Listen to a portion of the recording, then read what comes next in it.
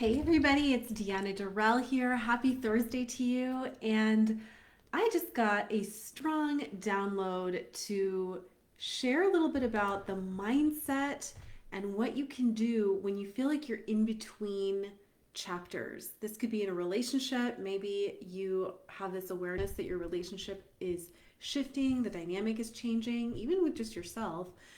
Or, right, life, career. There may just be this strong, heightened awareness that you can no longer go back to the old, but the new has not yet presented itself. And if that's the case, you're actually right on time because we just came out of eclipse season, which deliberately highlights areas in our life where we have stagnancy, right? Where we have outgrown certain identities, certain people, certain situations, and you may not have the clarity of like what is next, and that can be really scary. I've been there many times myself, and over 15 years of doing this work, I have three mindset shifts or practices that can help you to manage your emotions and manage this kind of amorphous period. And I'm really curious after I share these three, which one really hits home or speaks to you the most.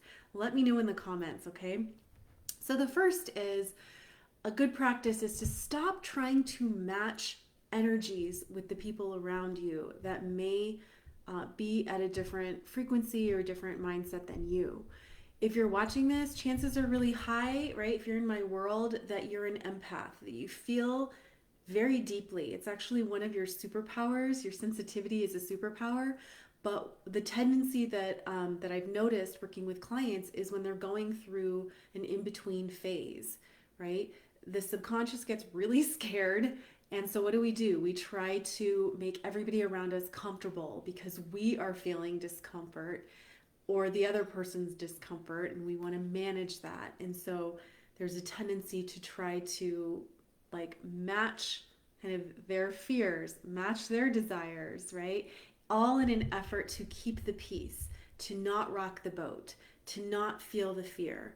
And when we do that, you water down your potential to move through to the next thing because you're not being authentic. So that's mindset tool number one is notice if you are matching energy with the people around you. And if you are, just be noticing, okay, I need to stop doing that, or I need to maybe not engage with those certain groups of people or certain situations in the same way because it's really draining me.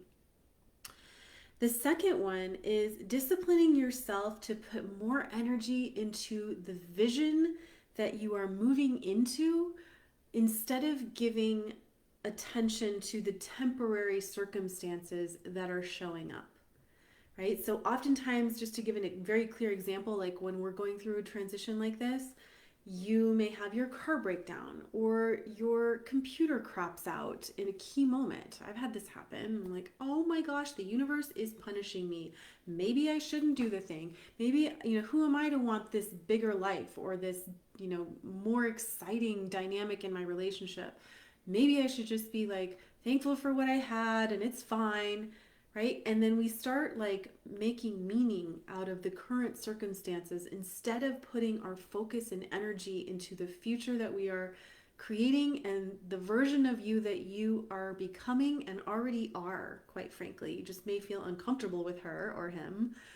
And so it is a discipline, right? It's a discipline when the shit hits the fan to not give in and make a story about it, but instead to see, okay, this is just like a roadblock on the way to this other place.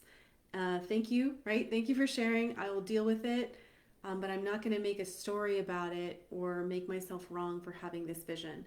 And that leads me to another point, like get a vision, right? So often we're looking for the universe to like tell us what to do, but we haven't taken personal accountability and responsibility for the life that we want to create.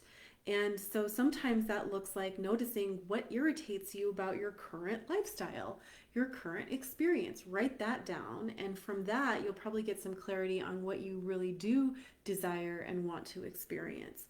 But without a clear vision, you're kind of at the mercy of everybody else's energy. And this is where I see a lot of people tripping themselves up saying, I'm a bad manifester. And I'm like, no, you're just riding off the energy of what everybody else wants for you instead of taking the time to notice what you really desire and how you desire to feel in this next iteration of your life. So, discipline, okay? And then the last one, which I kind of already mentioned, is resisting the temptation to make a story out of everything, right? We like to make meaning out of everything, and it's actually a really clever procrastination tool so that we don't have to feel the discomfort and take the actions maybe that your intuition has been nudging you to take, right? I've got to double my prices, or I've got to actually tell that person that I'm unwilling to do XYZ anymore when I said I was okay with it. Like, we will find clever human avoidance techniques so that we don't have to do the thing. But the more that you avoid, the more it lives in your cells and it just compounds and creates stress. So stop making stories when you don't need to. Or if you're going to make up a story that's really healthy and positive.